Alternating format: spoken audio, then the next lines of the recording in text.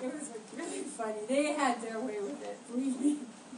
You know, I would add that also, like, organized religion and Ronald Reagan were the two single most important impetuses, whatever, for punk rock, because they were the perfect things to rebel against. You had, like, the Moral Majority and Jerry Falwell, full peak at that time, and then you had Reagan and Thatcher, of course, and it was like, you couldn't ask for better targets, you know, and more inspiration if you're a young kid to get pissed off. So that's what, when Steve talks about it being not just about the music, it wasn't. It was about lifestyle and politics and religion. But there were so many enemies, like you said, you know, everybody was your enemy, and there were so many cops. You know, cops loved you. You know, there's how many cops are the third component of what it took to get angry and pissed off as a punk rock kid. You know, because they didn't like us and we didn't like them. You know, they win. You know, they've got clubs and badges and cuffs and cars, and we have nothing. So, you know, but it was a great way to get inspired to fight against the system, was to look around you to see all these icons, you know, of what you were fighting against. In kind of following up in this kind of talk about the spiritual, talking about people's view on hardcore today, and the subject I was going to raise was mythology, like the mythology of what these days were like. You know, like, what do you see as what was real and what is like lore? You know, like a lot of this is, I hear these stories about hardcore, and they're like passed on. It's like a game of telephone. You know, like people just kind of tell the story and it's not quite right. You know, that's why this book was so important for me to do, because I kept seeing that. And I don't know, because you probably deal with this a lot. You know, you have people come up and talk to you about the old things.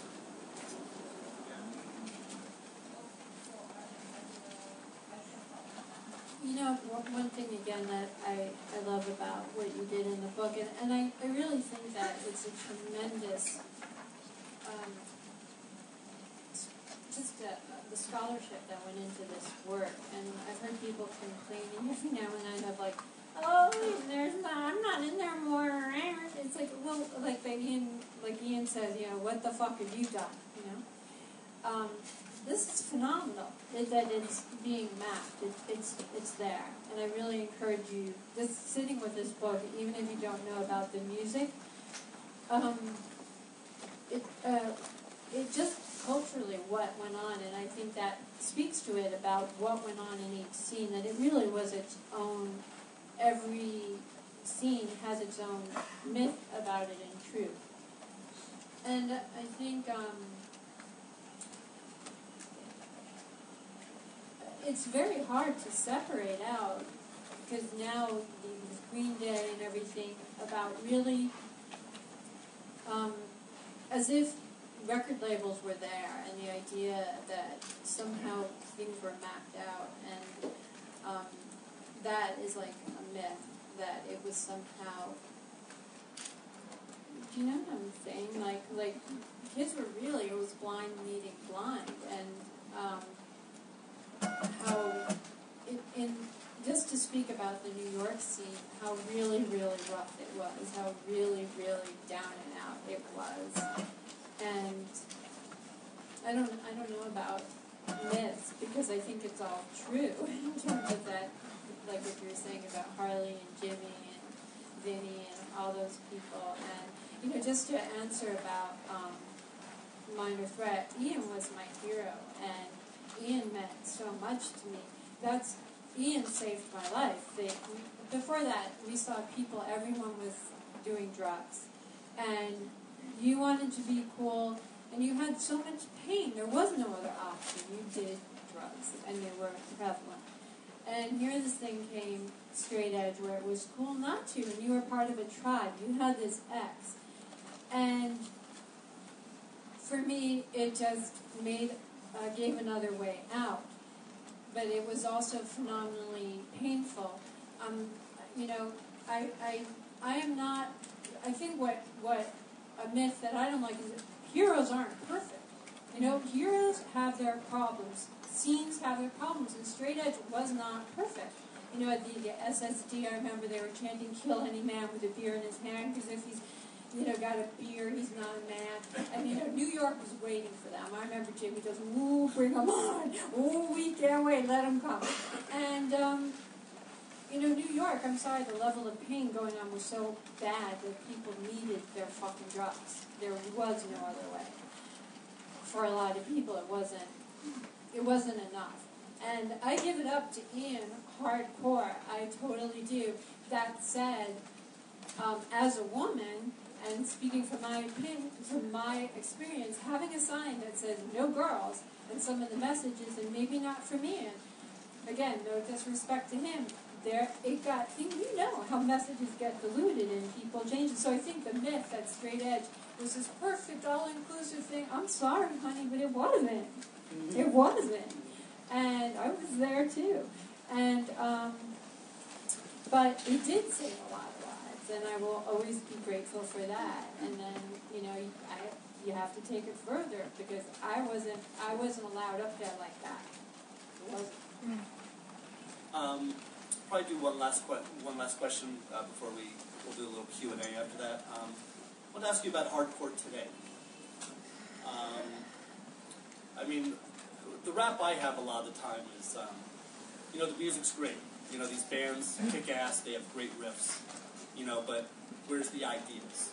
I'm looking for, the movement. I'm looking for, a threat to society. That's what I'm looking for my punk rock. Otherwise, I'll listen to Led Zeppelin. I want, some dangerous fucking music. That's what, what else are you doing with your tattoos and all that stuff? That's what's going on in rap, that's what I think it is right now. I think that's where it is right now.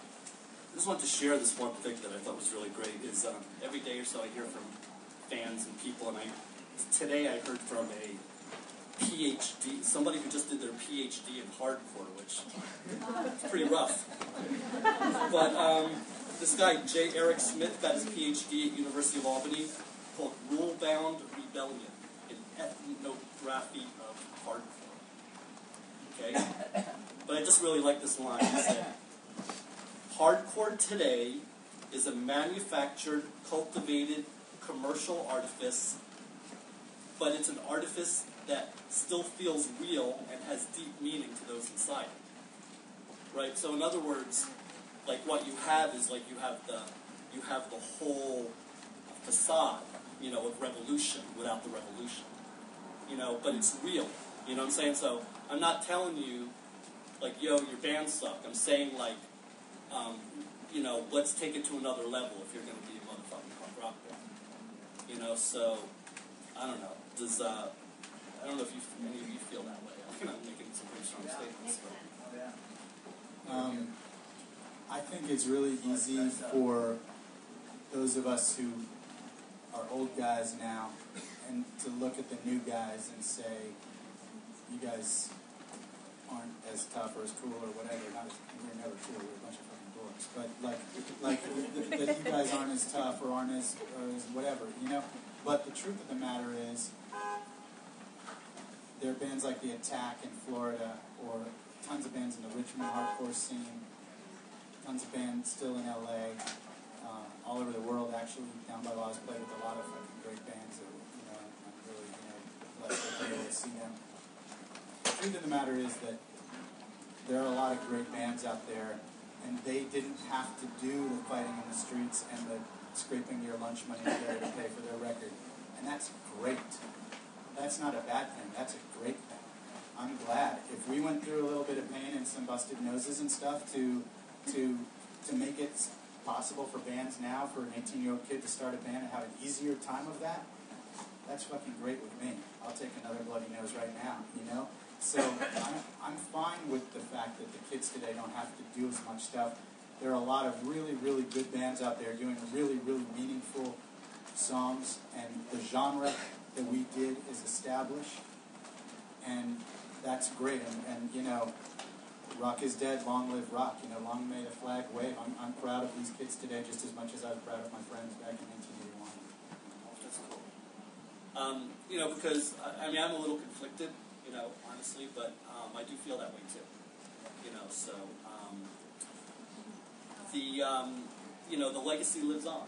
It's like there's something really heavy, really deep about the fact that these bands that sold like 1,000 records, 25 years ago, we're still all here to pay tribute to.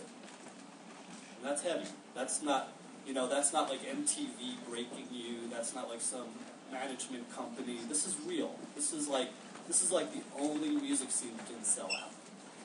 And I'm really proud to be part of this. So we're going to do a little Q&A, but thank you so much for coming out.